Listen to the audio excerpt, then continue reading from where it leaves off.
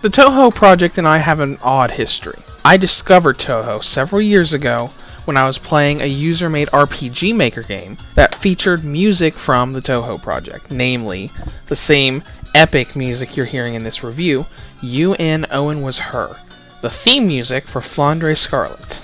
As I looked throughout the years, I found a huge amount of lore, a huge series of user-made video games on PC, plus a lot of user-made altered Pokemon ROMs called Touhoumon.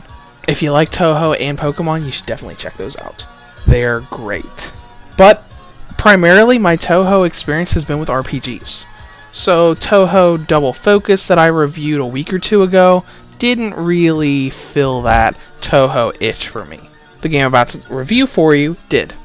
So here's my review of the PlayStation Vita and PlayStation TV compatible version of Touhou Genso Wanderer.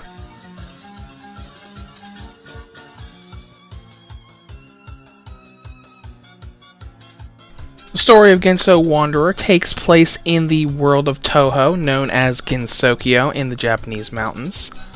A shrine maiden named Reimu encounters a very unfortunate event as a strange magical orb turns her friend into a magic-fused supervillain set on cloning the inhabitants of the world and taking it over from a giant tower that orb created. After a hopeless attempt of resistance, you follow Reimu as she traverses the entire land of Gensokyo, making her way back to the tower to stop him, if she can. Note that when I reviewed Touhou Double Focus, I criticized the story not for being too cutesy, but for not explaining anything. Touhou is a huge project. There's a ton of lore, and Double Focus just kinda went with the assumption that we already know all of the lore. I don't think anybody knows all of the lore. This game is the opposite. It's got a serious tone, it's got a great setup for this type of JRPG, and it really teaches you a ton about the Touhou franchise. In fact, I would say they did too good of a job, because there's so much lore being thrown at you everywhere you go. Even for NPCs for shops.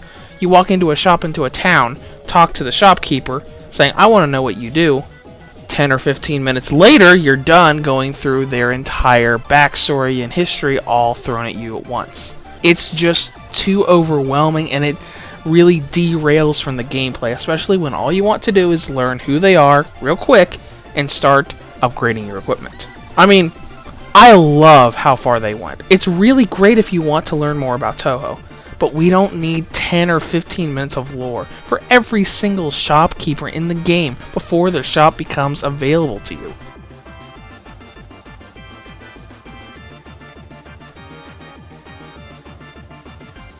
Touhou Genso Wanderer is a turn-based rogue RPG, much like games like Shiren the Wanderer and Sorcery Saga. So if you've played those games, you know how it goes. You move in a turn-based fashion across grid-like dungeons that are randomly generated, you're punished upon dying, and there are lots and lots of difficulty curves. So when you're progressing through the game, you start at Reimu's shrine, and your end goal is the tower where the final boss is.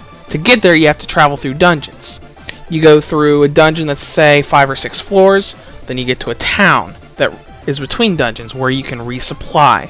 Then you got another dungeon, then another town where you can basically take a break. Then another dungeon, another town, yada yada yada, until you reach the final dungeon and take on the final boss.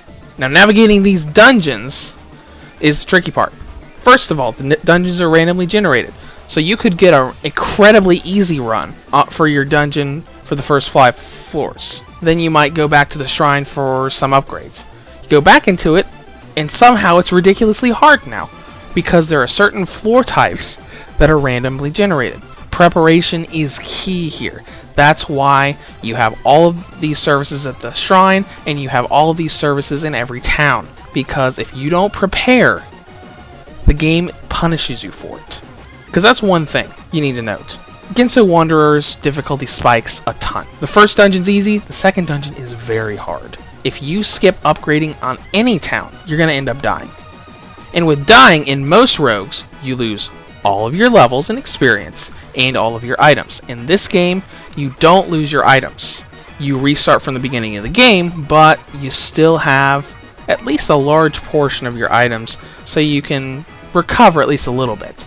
But you should also note, no matter how many towns you've gone up, if you die, you restarted the shrine. You restart at the very, very, very start. Preparation is key. Not only for combat, but also for stamina, because the game has a stamina gauge called the tummy gauge. If you lose too much stamina, you collapse. So you have to eat food and use health items as you're traveling through these dungeons. Once again, preparation, preparation, preparation. Now, as far as time goes, here's a big kicker. Because if you've seen this on the North American PlayStation Store, the PlayStation Vita version of the game costs $50. Who charges $50 for a PlayStation Vita game? So I went in here thinking there had better be a really good reason why NIS America, who's never done this before with their games, is charging $50 for a PlayStation Vita game. The playtime could be used as justification for that. This review has been delayed because of just how long the game is. If you're not talking about doing extra dungeons, you're going to spend at least 70 hours in this game. That's right, I said 70, not 17, 7-0. This is an extremely long game packed with a huge amount of content. So, you might not think 70 hours is worth paying that extra $10 for the $50 price tag, but that's as good of a reason as I can give you.